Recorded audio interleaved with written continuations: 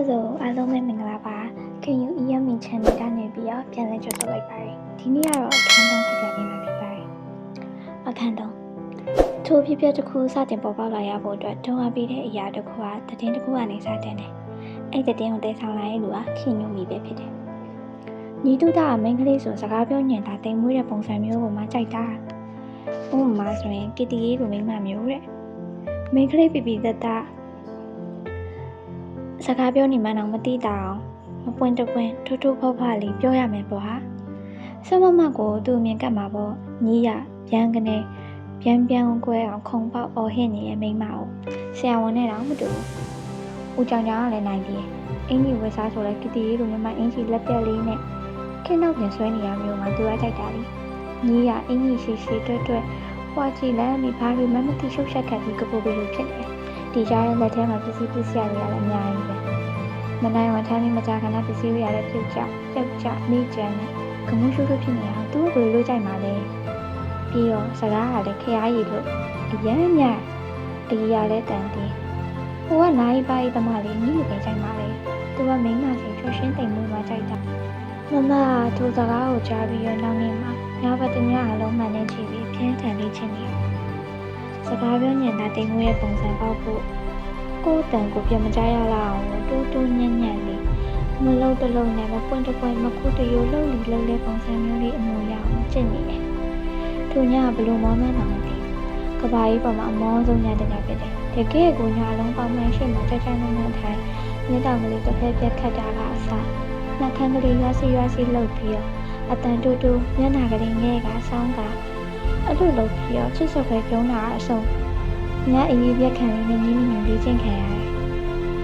တယ်မမတက်မှာဘယ်လို့ကိုမှဒီလောက်စိတ်ရှိလက်ရှိထိအမောခံနေအားချိုးမှန်တယ်မလုပ်ခဲ့ရတော့သိကြတယ်။တညလုံးညောင်းနေအောင်ကြည့်ယူပြီးတော့စိတ်ဆွဲလိုက်ပြီးအိမ်မက်ထဲအောင်ဆက်မှတ်နေ။အိမ်မက်ထဲမှာမမရဲ့မိမပီတာရဲ့လှုပ်လေအမူအရာကြောက်ကလေးကိုသူကသိချစ်တယ်လို့ပြောတယ်။အဲ့ဒီချိန်တော့မမခံစားရပုံများစက်သိမ်းမွင်းချင်းကလေးညတော့တချင်းထပြီးတော့ရင်ခုန်ကြည့်နူးမှုဆုံး။နောက်တနေ့မနေ့မမအလိုအဆုံး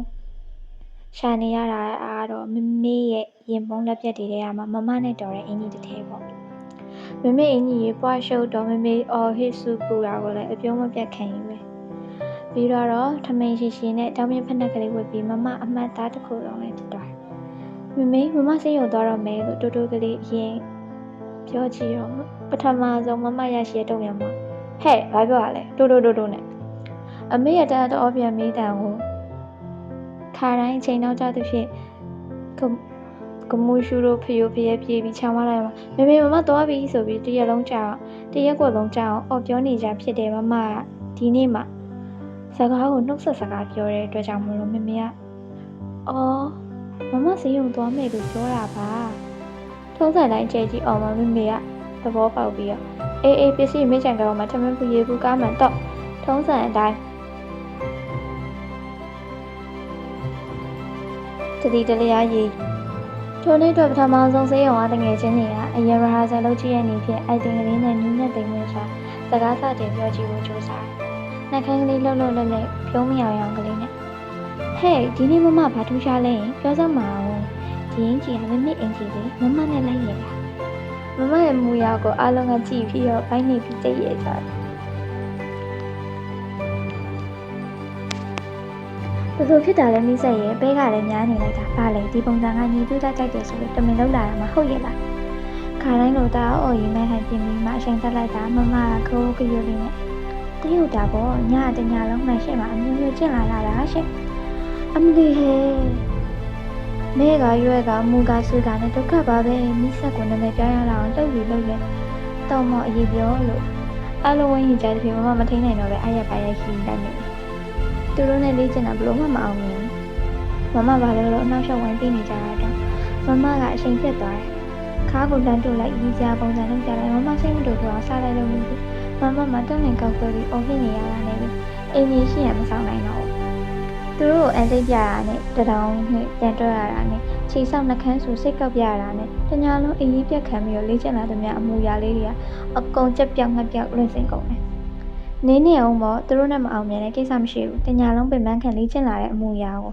အိန္ဒြေရဲ့ရတိမ်မွေ့ညင်ထားတဲ့ပုံကလေးကိုတော့သူ့မမြင်မြင်အောင်တော့မအစွမ်းပြရအောင်မယ်ဆိုပြီးတော့စိတ်ထဲကနေတိတ်တိတ်စိတ်ကြုံသွားခဲ့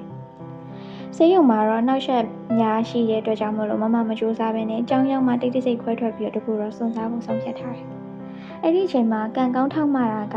မမတို့အတန်းတစ်ချိန်မှာဆရာမမလာတဲ့ဖြစ်အားလက်သွားတယ်အဲ့ဒီတော့ကြောင့်မလို့ကျောင်းသူကျောင်းသားတွေတယုံယုံနဲ့ကန်တင်းသွားကြတယ်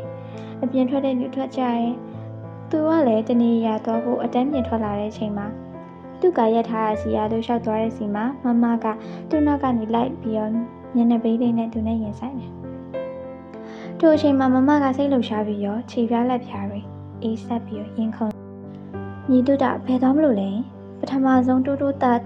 လေးတန်းအေးလေးနဲ့စတင်နှုတ်ဆက်လိုက်တော့ခါရမ်းလိုပြရခတ်နေတဲ့မကိုသူကတစ်ချက်အံ့ဩသွားပြီးဘာဖြစ်လာပြန်ပြီလဲဆိုတဲ့ပုံစံမျိုးနဲ့မျက်ခုံးပင်ကြည့်လိုက်တယ်။အော်ယူရဲကနာတော့မလို့ပါ Shining Star မှာစာအုပ်တော့ဝင်လို့မအတွက်ဝယ်လာပေးရမလား။ညီတို့တက်ဝယ်တဲ့စာအုပ်ပဲဖြစ်ဖြစ်ပေါ့။ဘာစာအုပ်တွေဝယ်မှာလဲ။မမျက်နှာကလေးပုတ်ခတ်လုပ်ပြီးနှာခမ်းလေးမခုတ်တူနဲ့မပွင့်တဝင့်ကလေးပြောပြီးတညာလုံးလေးကျင်နေရတာ။သူသိနေဘယ်တော့တောင်မှအုံးကြီးယူမဟာတိုက်ချင်မှမသိ။ကျွန်တော်က clinical medicine နဲ့ surgery စာအုပ်တော့ဝယ်မှာမမှလည်းမရှိဘူး။ရှင်းတော့ပါဝယ်ရင်းနဲ့မကိုဝယ်လာခဲ့ပေးပါလား။မက်စလိုနဲ့ KDS နော်ဟုတ်ပါပြီဒါဆိုလဲကျွန်တော်ဝယ်လာပေးမယ်ကျေးဇူးပဲနော်အော်ဒါနဲ့မရဲ့အစ်စ်မှာတော်တော်အောင်မြင်လာပြီနေပြီနောက်ထပ်ပြရဝါစာဆွဆွဝဲစကားလေးတစ်ခုနှစ်ခုဆက်လိုက်တဲ့ဆိုမကိုဒီပေါ်တာနဲ့တက်တော့ကြိုးစားအထုတ်မယ်လို့ပြင်တဲ့အချိန်မှာရုတ်တရက်မကားကြီးရောက်ဘောကနေထွက်လာပြီးကားပေါ်မှာသူ့တငယ်ချင်းတွေကညွှန်တော့မှကြီးဘလုံးရင်းလိုက်ကောင်းတယ်ဟေးမိဆက်ကျမတို့ဝက်သားတို့တော့ဆောင်မလို့ညီမလိုက်ရင်နေခဲ့နော်တော်ပြီတက်တာဆိုပြီးတော့အော်ပြောပြီးကားထွက်သွားတယ်မကတတိတက်လို့ခွန်စားဖြစ်ပြီးတော့ဟဲ့အောင်နေတရေမလည်းလိုက်မှာပေါ့မကတော့ဘသူခိုးတော့လဲငါစောင့်တယ်ပြလိုက်ရတစီမရယ်ဆိုပြီးတော့ဒေါနဲ့မော်နဲ့အကျေကြီးအော်ဟစ်ပြီးတော့ကားနောက်ကိုတိတ်ချိမရှိပြေးလိုက်တဲ့အတွက်ကြောင့်မလို့တိတ်နေတိတ်ခါရရောလုံးညက်တိတ်မွေးမှုတွေတိုးတိတ်ညင်သားမှုတွေအကုန်လုံးကအဝေးကိုလွတ်ချယ်ရီဆောင်ကိုတမင်ချန်ပစ်ခဲ့မှာဆိုပြီးတော့ဖာစီစူပုတ်ရည်တွက်နေရမကကိုပူပက်နေတဲ့ကောင်ကလေးကိုစိတ်လွတ်မိသွားပြီးတော့ဝက်သားတို့မစားရမှာကိုအပြင်းထန်စိတ်ပူပြီးတော့ကားနာကိုပြေးလိုက်သွားတယ်။တငယ်ချင်းတွေရဲ့လောင်ပြောင်အားတိုက်မှုကိုအသေးလဲခံယူရခြင်းနဲ့အဖက်တင်တယ်မတညာလုံးချင်းချန်စူးစမ်းအားထုတ်တဲ့ဟာတွေကအောင်မြင်မှုမရသေးဘူး။မရဲ့ဖြစ်ကိုကြည့်ပြီးတော့သူပြောစီဖြစ်ကြတဲ့ရာကိုပဲရောင်ရဲကျင်နေရတယ်။နင်းဟောဒီတစ်ချိန်မအောင်မြင်နောက်တစ်ချိန်စူးစမ်းတာပေါ့ဆိုပြီးတော့အဆက်ပြေးချွေးတဲ့အတွက်ကြောင့်မလို့တကယ်ချင်းနေရမယုံနေတော့မျက်နှာလေးဖြစ်ပြောရလိမ့်မင်းပါပဲကွယ်ဆိုပြီးတော့လှမ်းနေကြတယ်မခက်ပြုံပဲမရဲ့ချစ်ကသူ့ကိုတီလူမျိုးပါတင်နေမြောက်ခံစားနေရတာလည်းမဟုတ်သူ့ကိုတန်ဆွတဖြစ်နေရမျိုးလည်းမဟုတ်ဘူးမရဲ့အချစ်ကဖြူစင်ပွင့်လင်းနေယူသားတန်းစင်နေမက feeling သမားလည်းမဟုတ်ဘူးပြောသမားပဲသူ့ကိုမရလို့တည်တော့မဲ့သူမဟုတ်တာတော့သိကြတယ်ဒါပေမဲ့သူနဲ့ချစ်သူဖြစ်ရင်သူ့ချစ်ကိုရကြတာတော့သိကြတယ်တခြားမိမတွေလိုပြည့်ပြည့်မာယာတွေနီးနာနေတရားတွေမကျွမ်းဘူးမအောင်အောင်နဲ့မနဲ့ဆန်းရှိလောက်ကြိုးစားအထောက်ပြီးအမရင်းနဲ့ကြပြကချောဖြစ်လေးတွေမှာပဲမပြောမှုဒီတစ်ချိန်မအောင်ရင်လည်းနောက်တစ်ချိန်တော့သူနဲ့ပတ်သက်၍လည်းမရဲ့အုံနောက်ထဲကအချိန်တွေကကုံဆုံးနေတကူအရှုပ်ထွက်လာစမ်းတယ်ဒီကြတော့မစိတ်ကူပေါ်တဲ့များလောက်ကြစက်ကလေးတွေကကလေးတွေးလို့ဖြစ်ခင်းစင်တဲ့အတွက်ကြောင့်လူသားတန့်စင်လာတာသူစိတ်နှောက်ယှက်ဖြစ်အောင်မုန်းတီးခြင်းတဲ့မဘယ်တော့မှမလုပ်ဘူးမကတဘာရင်းနဲ့မိမကြီးတယောက်လိုမျိုးယောက်ျားတယောက်ကိုနေပြည့်ရလို့နဲ့မဖြားရောက်မမြင်ဆွဲတတ်တာကတော့မရဲ့မွေးရပါနေပြမှုတစ်ခုပဲပေါ့မဘာလို့ကလေးဆန်နေရမရင်းနေနဲ့နမနဲ့တွေကျုပ်စားပြန်အောင်ဖြစ်လို့ပြီးတော့ပြင်းနဲ့ရှုပ်ပြီးတော့ရည်စရာကောင်းနေတတ်တာပဲရှိရအမရင်းနဲ့အချွတ်ချော်ရမကဘယ်တော့မှမတည်လို့မရှိဘူးသူနဲ့ပတ်သက်ရင်အမျိုးမျိုးပြန်မှန်းခံနိုင်လုံးကြံဆက်တွေတည်ထင်နိုင်တဲ့လူဖြစ်တယ်အံ့ဩစရာကောင်းတာကဘယ်လောက်ကြိုးစားအားထုတ်ရတဲ့ဖြစ်စီသူကတော့ကိုမလုံးမရှက်ဆက်ဆံနေတယ်မကောင်းတယ်လို့စကားပြောရင်ပြန်ပြောတာကလွယ်ပြီးတော့ရဲ့စကားများလုံးတာပြတိပြရနိုင်လုံးတာတွေနမနိုင်လုံးတာတွေအင်မတန်ဆိတ်ရှုပ်တွေစိတ်မိပြီးတော့နိုင်ပိုင်းဝေးတာပေါ့ရှောင်းကနေလေဒါပေမဲ့တေချာတာကတော့ကိုသူခါတိမနေဘူးလေအဲ့ဒီချက်တဲ့ကြောင့်ပဲကျွမ်းမလျှော့ပဲနဲ့ဆက်လက်ကြိုးစားနေရဒါပေမဲ့ကြီးစရာကောင်းတာကလေကြိုးစားသမျှပဲတော့မအောင်မြင်ဘူးကိုတက်ကိုပြန်ဆိုရင်ထုတ်သမျှအကြညာအတွက်အမြဲတမ်းကတိကအောင်ဖြစ်ပြီး လူကြီးစရာဖြစ်တာကြံနေခဲ့တယ်။သူကတော့အေးတနဲ့ဘာမှမသိမမြင်မရိပ်မိတယ်လို့မျိုးကြောခိုင်းသွားတယ်။ဒီနေ့တော့မမလျှက်တစ်ပြက်စိတ်ကူးပေါ်လာတဲ့အတိုင်းတကူတော့စွန်စားမိပြန်တယ်။မမတွေးမိရဲ့တွေကယောက်ျားတစ်ယောက်ဟာတဘာဝတရားအရာမိန်းကလေးကိုကူညီပေးဖို့လူဖြစ်လာရတာဆိုတဲ့အတွေ့ပဲဖြစ်တယ်။တူကိုဒုက္ခရင်ဆိုင်နေရတယ်ဆိုရင်သူမမကိုမကူညီပဲမျက်နှာပြောင်တိုက်ရဲမှာမဟုတ်ဆိုပြီးတော့မမကတတိချယုံကြည်လိုက်တယ်။ထိုစိတ်ကူးနဲ့ပဲမမတို့တငယ်ချင်းတွေအပြင်းထန်ညှင်းကုန်ဖြစ်ကြတယ်။ဥပမာကွာမမဖက်နဲ့သူ့ရှိမှပြတ်သွားတယ်ဆိုပါစို့သူဘာလုပ်မှချင်းလဲမမကိုသူကူညီမှာပဲဘလောက်အေးရဲ့အနေတီရဲ့ယောက်ျားပဲဖြစ်စေသူမမကိုမဖြစ်မနေကူညီရမယ်မမတော့ဖက်နဲ့တစ်တင်သူပြေးဝယ်ပေးရမယ်ဒါမှမဟုတ်လေမမချက်ရောက်မှသူဖက်နဲ့တော့ခဏစီပေးစီရင်စီးမှာပဲခင်ယူပါကမဲကရောကနဲ့မမရဲ့မာနာကိုစတင်နှိုးဆွလိုက်တဲ့စကားတစ်ခုပြောပါတယ်ဒါတော့ညီကမျက်နှာချိုတင်ပြီးတော့သူ့ကိုအကူအညီတောင်းရင်တော့သူ့စိတ်ထဲကညီနဲ့တင်းတင်းရှင်းနေကြပေမဲ့မကောင်းတဲ့လို့အားနာပြီးကူညီမှာပေါ့အောင်မင်းမမကူညီတောင်းမတောင်းပါဘူးတော်တောင်းကြမလို့ပဲကိုမမဒုက္ခဖြစ်နေရအောင်သူမြင်တာနဲ့သူ့စိတ်နဲ့သူလာကူညီမှာသူ့မှာကျန်တာတရားတော့မခေါင်းပါဘူးမိပါရဲ့ကဲစိတ်လိုက်လေညီတို့တာကြောင့်လည်းငါတို့မသိမဟုတ်ပါဘူးမင်းကလေးနဲ့ပတ်သက်ရင်ဒီလောက်ကင်းပြပြနေရမိဆက်ကိုလည်းစီကနေဆိုမိဆက်တစ်ခုခုဖြစ်နေရလို့စိတ်ညစ်တဲ့မျက်နှာမျိုးဥစ္စာဘလို့မှအလိုက်တသိနဲ့ကူညီပေးမှာမဟုတ်ရှောင်ထက်သွားမှာပဲကဲဒါဆိုလည်းစိတ်လိုက်လေဝတ်သားတို့တို့အဝါကျွေးချင်မမဖက်နဲ့ပြတ်သွားအောင်တမင်ဆွဲပြတ်လိုက်ပြီးတော့သူ့ရှိကနေဖြတ်ဆောင်တယ်သူ့စီကအကူညီမတောင်းဘူးကိုထာနဲ့ကိုနေမယ်သူသာကူညီမှာပဲ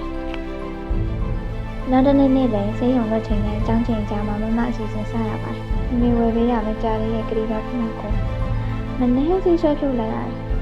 ဝက်ခဲရခုံတို့ခဏတည်းကထုတ်တဲ့နေ့ရမှာခဏဆွန့်ပြရပြီးတော့အစမ်းတော့မဟုတ်ဘူးလေခဏပါးလေးပြတ်သွားရင်အသာထင်းစီးပြီးတော့သူ့ရှိကဖြတ်လျှောက်အကူအညီမတောင်းရဆိုရစီးရင်းစီးကန်နဲ့မမသူ့ကိုအကူအညီမတောင်းရအောင်ခဏအပြက်နဲ့ရှေ့မှာထားပြီးတော့သူနဲ့မကားမကန့်မှာရည်တည်လုပ်နေမမထင်တာလည်းသူမမတစ်ချက်ကလေးအောင်မကြည့်ပဲနဲ့သူ့ထမင်းသူ့ကလာစားပြီးတော့ခေးထထွက်သွားပေါ့မမကိုတတိထားမိပုံတော့မရဘူးမမဘာဖြစ်နေလဲတီးဖို့နေနေတာမမကိုတော့သူမမြင်ဘူးသူ့ဟာယုံနေသူခက်အေးမျက်နှာကလေးနဲ့မမကိုမမြင်မဲထွက်သွားတာကြောင့်မမကအကြီးအကျယ်ဆေးရှိုးပြီးတော့ပွားစီရည်ရွတ်ဆအောင်ကြံ့ရစ်နေခဲ့တယ်မမရဲ့ဖြစ်ကိုတငယ်ချင်းတွေကပြောင်းလောင်လို့မဆုံးဘူးပေါ့မမဝမ်းနေတဲ့အပြင်ရှက်နဲ့ကိုရှက်ကိုကွဲပြီးတော့မဟုတ်တလို့နဲ့တဟီရောနှောင်းနေနေနဲ့နီးတူတာရဲ့ပုံဝင်ချင်းပေါ်အာယုံဆိုင်မှုနေပါချင်းပေါ်ခွင့်လွှတ်တီခံခဲ့ရတယ်။ဘာသာတို့တော့ဝါလိုက်ကျွေးလိုက်ရတာပဲမမတို့အမတ်တရားပေါ့။မိဆက်ရင်စိတ်လျှော့လိုက်ပါတော့အသွင်မတူအိမ်သူမဖြစ်တဲ့ညီနဲ့သူဘရောမှမလိုက်ဖက်တဲ့စုံတွေဖြစ်လာမှမဟုတ်တာသိကြတယ်။ဆိုပြီးတော့တငယ်ချင်းတွေကရှေ့ရေးကိုမျှော်တွေးပြီးတော့ကြိုတင်တားမြစ်ကြတယ်။မမကစိတ်မပြတ်ပဲ။ "तू ကအေးလို့ပါဟဲ့။ဒါပေမဲ့မမကအဲ့ဒါကိုပဲကြိုက်တာ။နီးစနစ်တကျရှိတယ်။ညီရန်ထိုက်တီဖြစ်တယ်။နာရီပါရီကင်းရှင်းနေရတာကိုကြိုက်တာရှင့်။ညီကြိုက်ပေမဲ့ तू ကညီကိုမှမကြိုက်တာ။အိုးမကြိုက်တာမဟုတ်ပါဘူးမိညိုရဲ့မကြိုက်သေးတာ။မကြိုက်သေးတာက तू မမရဲ့အလှတွေစိတ်တဘောကောင်းတာတွေသူ့အပေါ်အနွန်တာခိုင်ကျင်တာတွေချစ်နိုင်တာတွေမလှည့်စားတတ်တာတွေမမရဲ့ယူသားဖြစ်စမှုတွေကိုသူတိကျမသိသေးလို့ပါသိသွားတဲ့တနေ့ကျရင်တော့သူမမကိုမျက်စိအောက်ကနေတော့ပြောက်ခံမှာမဟုတ်ဘူးရှင်အမလေးဟဲ့သူ့ကိုယ်သူနှုံးတင်လိုက်တာလွန်ပါရောဟုတ်ရဲ့လားမသိဘူးမိညိုမနှက်ပြန်ဆိုညီညိုထုံးရဲ့ကိုဖြေပေးရမယ်မိန်းမတယောက်ပါနော်တယောက်ကချစ်တတ်တဲ့မိန်းမချစ်တတ်တဲ့အချစ်မျိုးကိုညီမကိုချင်းစာမပေးဟိုမိန်းမအပြူခိုင်းတာတွေကဘလို့မှကိုချင်းစာတော့မဟုတ်ဘူးခင်ညိုမီကိုအညာကင်လိုက်တဲ့ခင်ညိုမီသာတိတ်ဆိတ်သွားတဲ့အပြင်တငယ်ချင်းအားလုံးကလည်းအာယုံတငယ်ချင်းတွေအားလုံးရဲ့အာယုံကလည်းညိုမီစီကိုကြောက်ရောက်သွားတယ်ရှိသောတငယ်ချင်း9ယောက်မှာပထမဆုံးချစ်တွေ့ရခြင်းဖြစ်တယ်မမပါဝင်ကျန်4ယောက်ကရထမလို့လိုတာမရနဲ့မစွန့်နိုင်သေးဘူး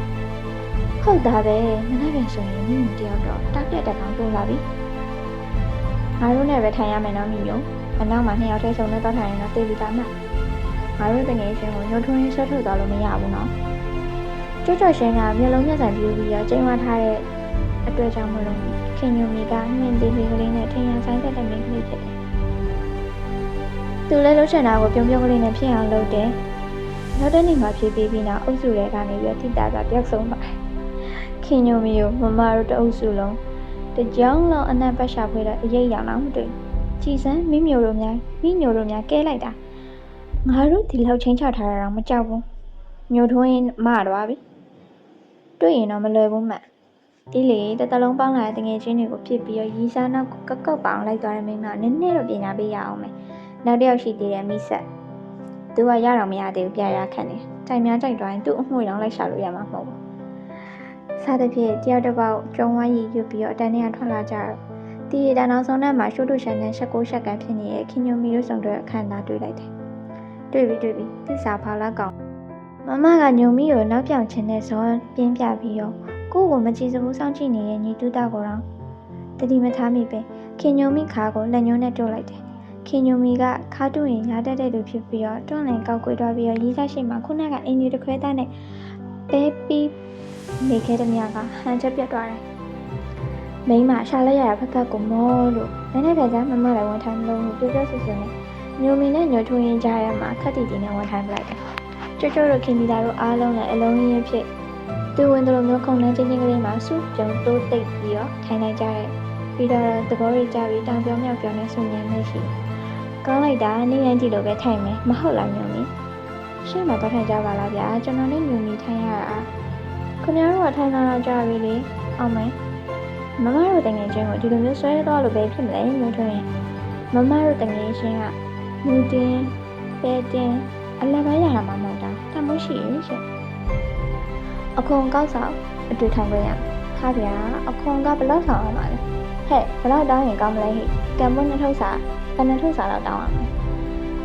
90တောင်းလိုက်90အေးပါတောင်းလို့ရအေး90ပဲပြီညိုထွင်းရမြင်နိုင်ပြီးတက်တာချင်းမရ90ရန်တရက်ကိုအများထုတ်ပေးလိုက်တယ်မမ90တန်ရရတယ်ညိုမီကိုကတိထိုးပြီးတော့အတန်းထဲမှာထွက်ပြေးလာ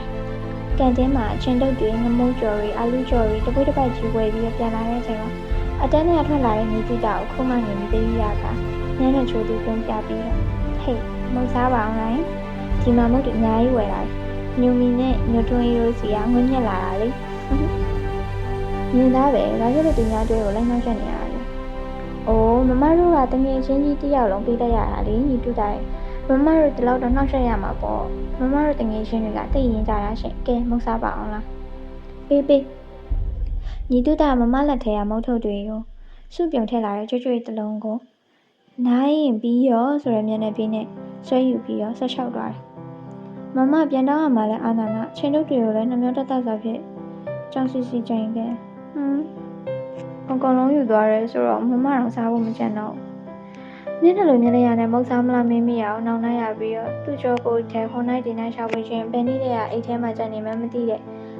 ရက်ချို့အချင်းတို့တို့ကိုဆမ်းပြီးတဲ့အားရဝမ်းသာနဲ့တိုက်ယူဖောက်စားပြီးမမတယောက်တည်းကြည့်နေ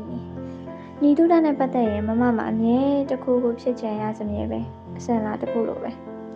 ထိုအဖြစ်ကိုမမပဲဦးကြောင်ကြောင်နိုင်လုံးလို့လားညီတူတာကပဲဖာတိပါစာနေတဲ့လုံးလို့လားမမသိချင်မသိဘူးသူ့ကိုဘယ်လိုနည်းနဲ့ဆွဲဆောင်ရမလဲဆိုတာကိုမမရှာဖွေကြိုးစားရစမြဲပဲဒီချိန်မှလည်းမအောင်မြင်ဘူးအခန်းသုံးကတော့ထားပါလိမ့်ရှင်အခန်းလေးကိုဆက်ပြီးတော့ငါဆောင်ပြီးနားထောင်ပြပါအောင်နော်စစ်စစ်တ